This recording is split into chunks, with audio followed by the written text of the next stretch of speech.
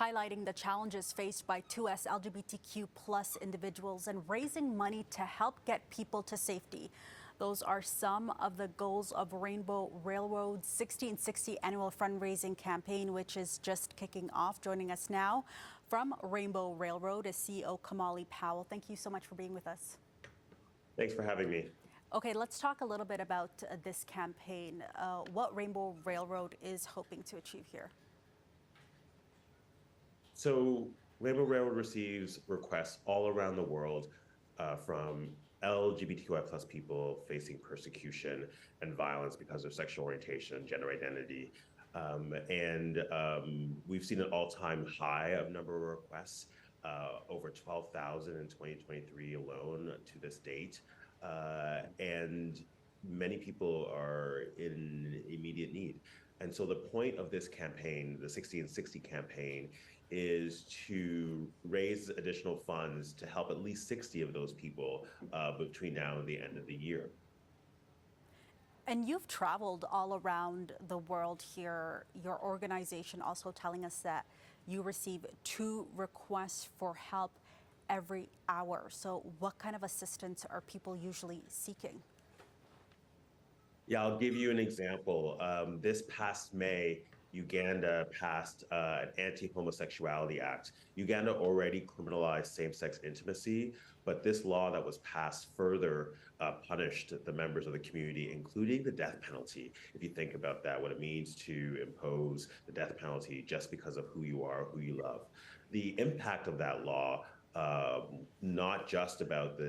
wasn't just about the death penalty, which was really egregious, but forced evictions was one really dramatic aspect. People being told that they have to kick out members of the community out of their homes or face punishment, criminal punishment themselves.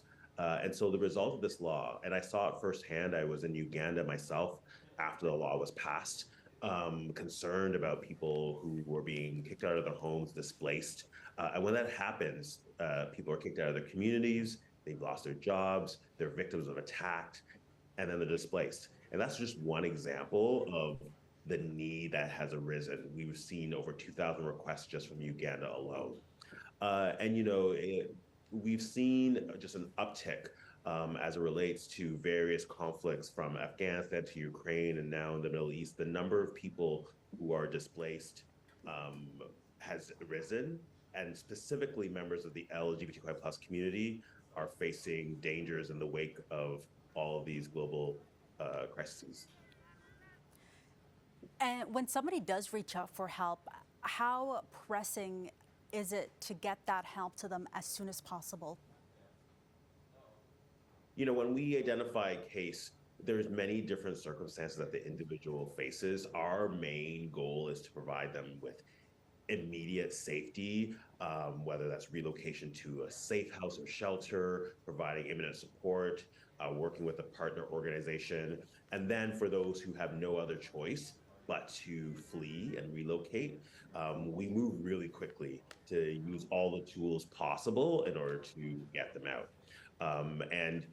We've recently entered a landmark partnership with the Canadian government that will give us more tools to help people resettle here in Canada when there's an emergency. Can we talk a little bit about that partnership with the federal government?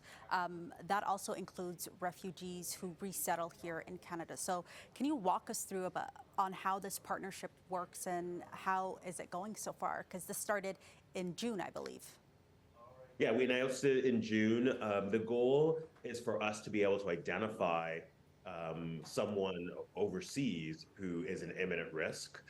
In the past, we did, and we still continue to do it on our own without government partnership. It's a lot harder to find routes that will get people immediately into a country. When we have a partnership with the government, it's a lot easier to refer an individual, identify a person, and then work in tandem with the government on resettling them into the country. It also makes it easier for them to receive support once they arrive, because we can work with partners on the ground to make sure that that person has a little bit more support once they arrive in Canada. Speaking of support, how can Canadians donate? How can they help?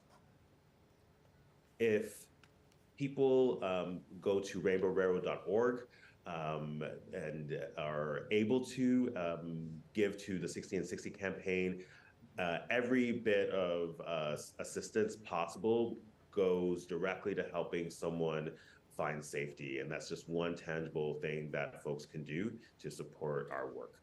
Okay, Kimahli, thank you so much for taking the time to speak with us. That is the CEO of Rainbow Railroad, Kimahli Powell, joining us. Thank you again. Thank you.